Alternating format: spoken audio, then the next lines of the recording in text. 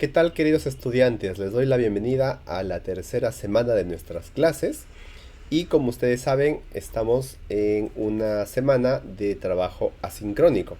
Así que he elaborado este video para poder repasar algunos conceptos de la lectura y poder tener un mayor control y conocimiento para la parte práctica. Elaboraré un segundo video que también les compartiré respecto al trabajo grupal de esta semana. Y finalmente compartiré un tercer video para explicarles sobre el examen final, el examen del módulo. Entonces empecemos con este video. En pantalla ustedes van a ver los enfoques contemporáneos de la educación virtual, pero desde un enfoque de epistemología crítica y un análisis crítico de la sociedad. Aquí tengo, antes de pasar con el video, los dos libros de los cuales, o en los cuales se sustenta la teoría de la semana 3. El primero es Contra el método de Paul Feyerabend y el otro es Psicopolítica de Byung-Chul Han. El módulo habla también de la sociedad del cansancio del mismo autor. No tengo el libro en físico, así que solo les puedo mostrar este. Ahora sí, empecemos entonces. Miren, la lectura se hace una pregunta de inicio, ¿no? Habla sobre los métodos de didácticos, los enfoques, etc. Y se creen que, o se asume que son como verdades definitivas, como el enfoque por competencias, el ABP, el microaprendizaje, el blended learning, el aula invertida, etcétera, etcétera. La pregunta es, ¿por qué estos enfoques y no otros? ¿Quién decidió que estos enfoques son válidos? En la historia de la ciencia, en la historia de la filosofía de la ciencia, a esta pregunta, a esta inquietud, se le conoce como epistemología anarquista. Y su principal promotor es Paul Feyerabend, de quien ya les he compartido el libro al inicio. Entonces, en esta sesión, la lectura que ustedes van a poder leer tiene que ver con un entendimiento crítico de los enfoques pedagógicos, todos los que hemos mencionado, incluyendo la educación virtual. Necesitamos reconocer los supuestos sobre los cuales se asientan estos enfoques, cuáles son sus límites y qué cosas silencian. En otras palabras, cuando alguien escoge un método, un enfoque, es como una especie de profundización de una realidad y a la vez silenciamiento de las otras. Entonces, esta semana 3 va a sostenerse en Feyerabend y en Byung-Chul Han. Empecemos con el primero. Paul Feyerabend es un filósofo de la ciencia, crítico del racionalismo científico. ¿Qué dice? Algunos han malentendido o malinterpretado lo que dice Feyerabend. Feyerabend no dice lo siguiente: no es relativista, no dice que todo conocimiento valga. No. Tampoco dice que las reglas no sirvan. Muchos, al escuchar su mirada crítica del método, porque el libro se llama justamente Contra el método, no está diciendo que el método no sirva. Está afirmando que las reglas deben ser útiles como guías, no como camisas de fuerza. Y eso es central para la ciencia y para la pedagogía. Finalmente, no está diciendo que el docente puede hacer lo que quiere en el aula. Lo que está haciendo es una invitación a una pluralidad consciente y argumentada de enfoques. ¿Cuál es el sustento teórico de Feyerabend en su libro? ¿Qué es lo que está diciendo? Hay una tesis bien interesante. Él dice que los grandes avances de la ciencia ocurrieron cuando los científicos violaron las reglas metodológicas vigentes de su época. Miren qué osado afirmar esto. Y él da un ejemplo, hace un análisis de caso. Como él conoce la historia de la ciencia, él basa su tesis en el caso de Galileo. Y él dice: si Galileo hubiera seguido rigurosamente el método empírico inductivo que los filósofos de la ciencia de su época prescribían, quizás no habría llegado a donde llegó. Y claro, recordemos que antes de Galileo estaba la teoría geocéntrica con mucha inspiración aristotélica y mucha inspiración teológica. Y tenía sus propios métodos. Entonces lo que Feyerabend nos dice que si Galileo se hubiese ceñido a los métodos aristotélicos tomistas de su época, probablemente no hubiese hecho los hallazgos que hizo. ¿Cuál es la conclusión a nivel pedagógico? Si la historia de la ciencia muestra que el conocimiento avanza por pluralismo metodológico, ojo, pluralismo metodológico, y no por adhesión a un método único, porque esperamos que el aprendizaje ocurra de una sola manera. Y esto es una crítica potente a aquellos que basan su teoría de la educación o su didáctica, por ejemplo, en el uso exclusivo del enfoque por competencias, que incluso ya se estandarizó desde las instituciones públicas del Estado, desde el mismo Ministerio de Educación. La pregunta será, ¿es el método único? Políticamente hablando, sí. Críticamente hablando, no. Y eso vamos a verlo en breve. Entonces, este módulo, o mejor dicho, esta semana 3, les quiere plantear a ustedes que utilicemos el anarquismo metodológico como una actitud pedagógica. Aquí, recuerden que al inicio yo les decía, un enfoque, cuando yo estoy enfocado en algo, vamos a hacer un ejemplo muy sencillo. Si yo estoy enfocado en mi lectura de Paul Feyerabend, voy a concentrar mi atención en el libro, en sus ideas, y por lo tanto voy a aprovechar el contenido del libro. A la vez, este enfoque va a crear puntos ciegos. No me voy a dar cuenta de lo que pasa en la calle, lo que está a mi alrededor, y por supuesto, no voy a poder ver otro libro. Entonces, siempre un enfoque deja fuera de su campo de visión algo. O como dice la lectura, todo método ilumina algo y oscurece algo. Es como el costo de oportunidad. Sacrificas algo para obtener otra cosa, no puedes tener las dos a la vez. Y acá la lectura es bastante dura. Dice, el enfoque por competencias ilumina la aplicabilidad. Y es cierto, es como su potencia, su efecto, su fortaleza. Cuando aplicamos el método por competencias, nuestros estudiantes demuestran que pueden lograr algo.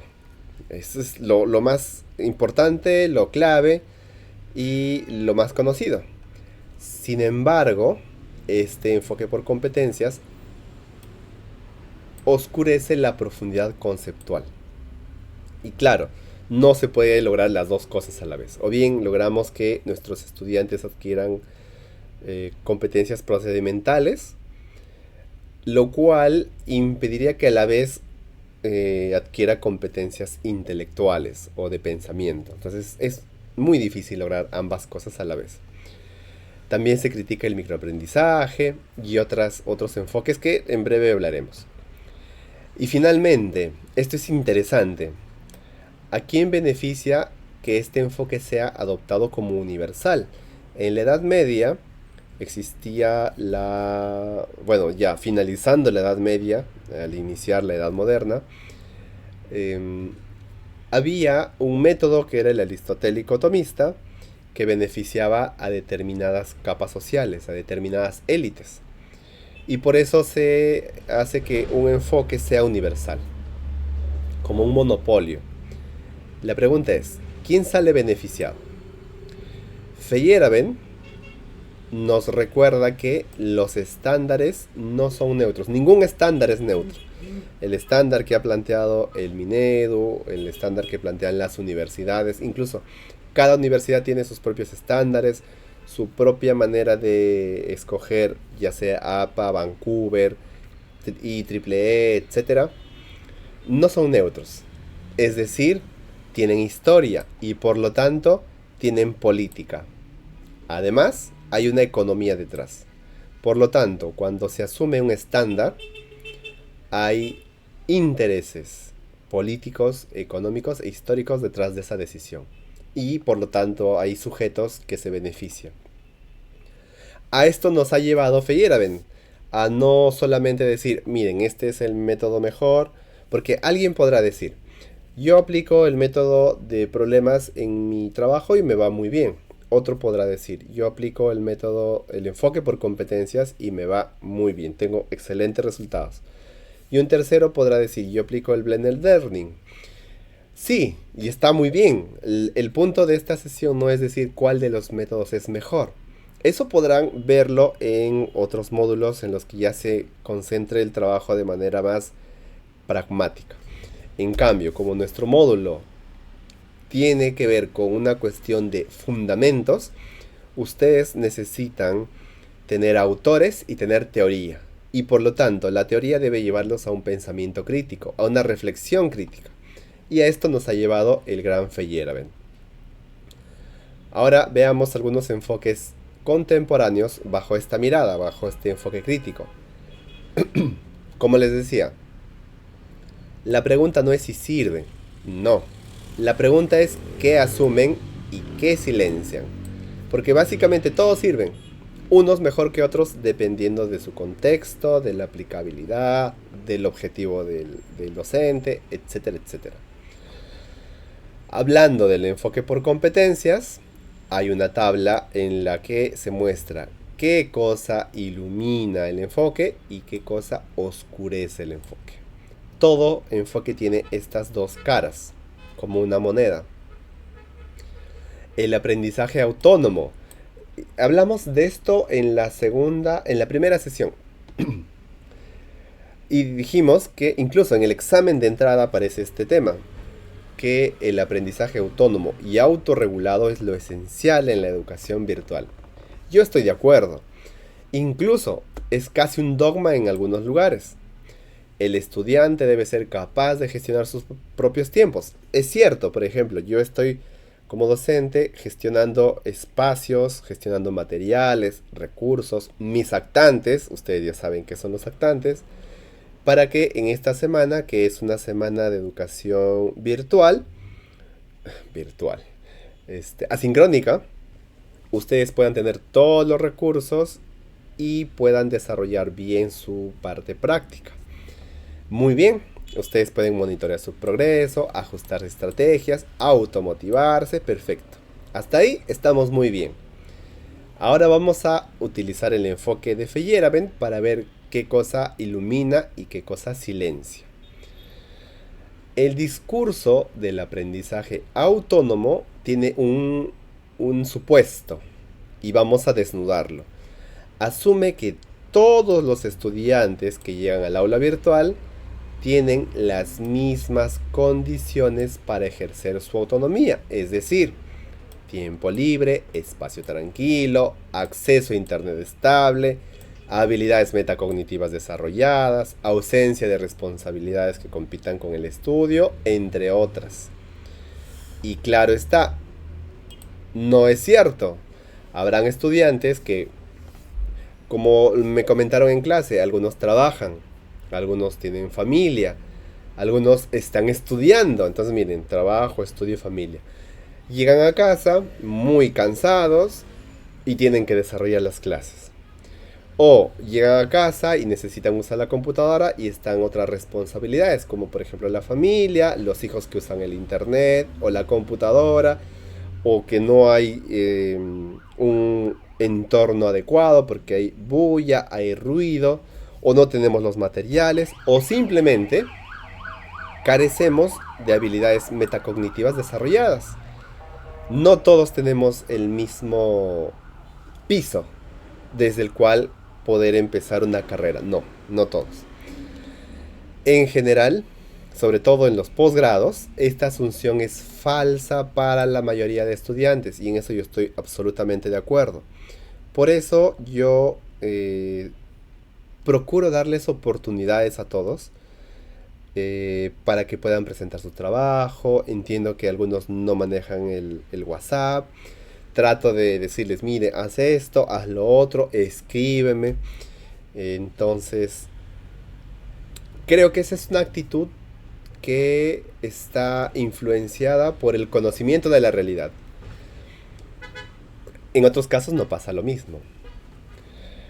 Entonces, ¿cuál sería una de las peores consecuencias de asumir ciegamente este discurso? Está aquí. Cuando el sistema le dice a ese estudiante, imagínense ustedes mismos, que es responsable de su autonomía y no la logra ejercer, el sistema lo culpa a él.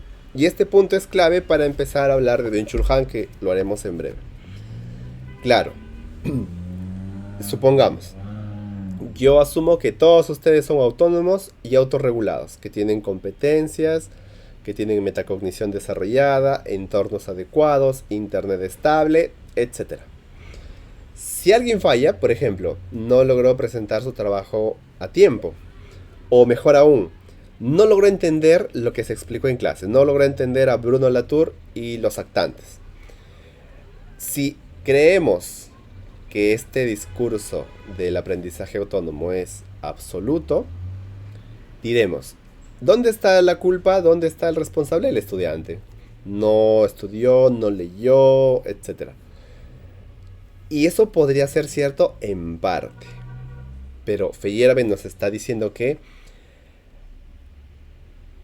la causa y explicación de por qué el estudiante no logró entender la teoría de la semana 2 también está en el mismo sistema, en las condiciones sociohistóricas en las cuales está el estudiante. Tal vez ese día no almorzó bien, tal vez tiene alguna condición física, ese día se peleó con algún miembro de su familia en el trabajo, mil cosas. Entonces no. La consecuencia final de todo esto es que la estructura permanece intacta. Eso es lo peor, o sea, no es que no es solamente culpar al estudiante, sino que las instituciones, la teoría, la estructura permanece incólume. Es lo mismo que pasa, para hacer un paralelo, con el enfoque psicoterapéutico en relación a los problemas sociales. Como ustedes sabrán, estamos en una época en la que la depresión se está convirtiendo en una epidemia global. ¿Cuál es la solución según los estados? Más centros de atención de salud mental. Me parece maravilloso. ¿Cuál es la solución de la sociedad? De los actores, de los actores sociales me refiero. De los medios de comunicación, de las universidades, de la empresa. Automotivación, emprendedurismo, deporte. Y si falla el estudiante, y si el estudiante sigue deprimido, entonces la culpa es de él. No hizo lo adecuado. Y de esa manera, la estructura social, la estructura económica y política que genera precariedad, que nos da un transporte que es uno de los peores en Latinoamérica, la inseguridad, las condiciones de un sistema de salud tan deplorables como el nuestro, quedan invisibilizadas. Y el culpable o el responsable de esto es la persona, ¿no? ¿Tienes enfermedad de salud mental? Bueno, léete un libro de X autor de autoayuda y vas a estar mejor. Y no, necesitamos que la mirada de Feyerabend no solamente esté en la lectura de la realidad social, sino también en la lectura del aula virtual. Me he pasado mucho tiempo. También se hace una crítica al blended learning, a la educación híbrida, al microaprendizaje. Y ahora sí entramos a Byung-Chul Han. Con eso ya vamos cerrando el video porque querías que sea corto para que ustedes puedan verlo y repasarlo. ¿Qué dice Byung-Chul Han? Byung-Chul Han es un autor. Yo tengo mis limitaciones con Byung-Chul Han. Para mí Byung-Chul Han su primer libro fue grande, fue magnífico, fue oportuno y necesario. Psicopolítica también. Tengo uno más que no creo que es Cierra los ojos, si no me equivoco. Pero los últimos y su política editorial, su forma de utilizar la filosofía ya no me cuadra, no estoy tan de acuerdo con su desarrollo posterior.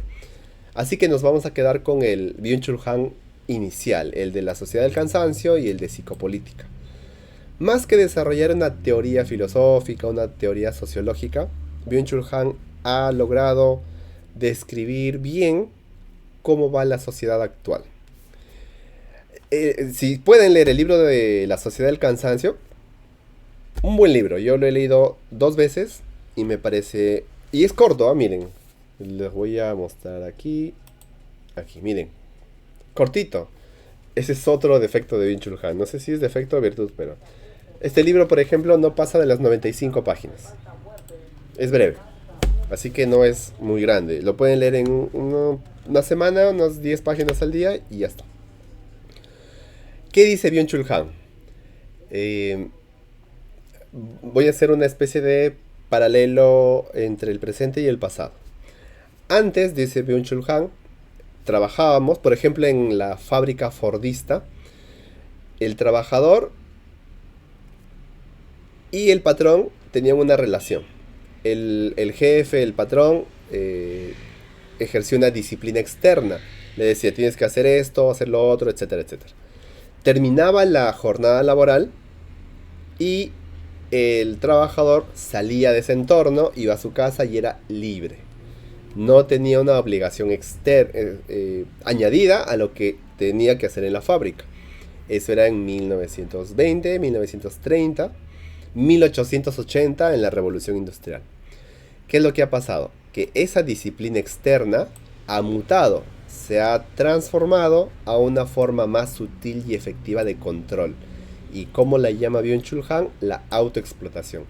Ahora el jefe no está en el trabajo, ahora está aquí. Está adentro. Lo hemos interiorizado.